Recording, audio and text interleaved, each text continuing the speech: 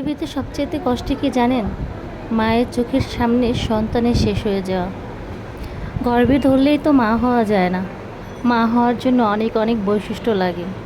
আমি আমার বাচ্চাটাকে ১৩ দিনের বয়স থেকে লালন পালন করতেছি।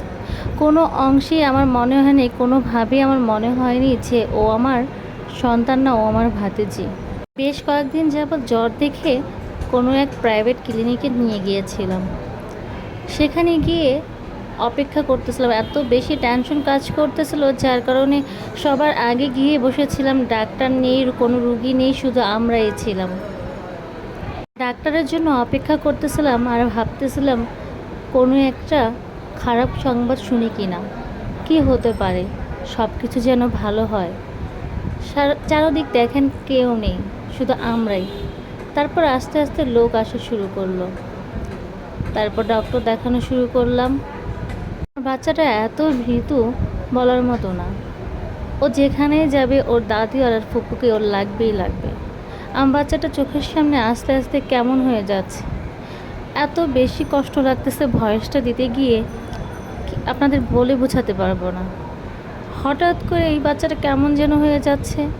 তারপর সেখান থেকে জ্বর কমতেছে না, এই জন্য আবার নিয়ে এসলাম ফোর্ড হসপিটাল।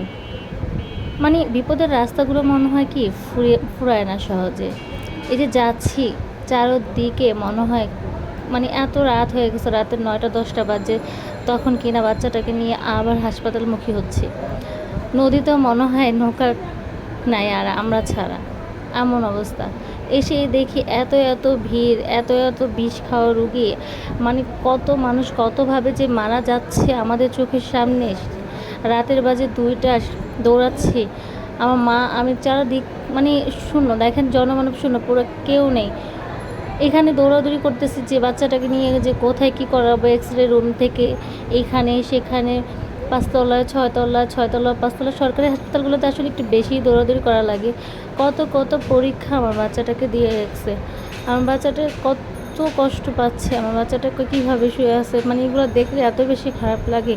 সারাক্ষণ মনের মধ্যে আতঙ্ক কাজ করে যে কখন কি হয়ে যায়।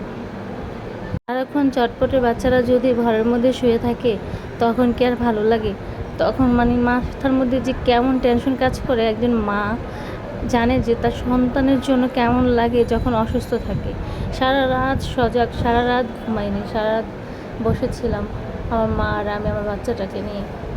আমি মা হওয়ার অনুভূতিটা কেমন হয় আমি আমার ভাতিজিকে দিয়ে বুঝেছি। সেই ১৩ দিন বয়স থেকেই কোলে পিঠে করে মানুষ করতেছে। ওর কিছু হওয়া মানে আমি নিজে শেষ হয়ে যাওয়া। কত কত জায়গায় এই যে দৌড়ানো লাগছে একটা ভর্তির কার্যক্রম শেষ করার জন্য। সকাল হতে না হতে আবার সিরিয়াল, আবার টেস্টের জন্য সব কিছু রেডি করা, সব মিলে চারদিকে এত এত অসুস্থ রুগী, এত এত মানুষের মানে কষ্ট, আমি এগুলো দেখে আর নিতে পারতেছিলাম না আসলে।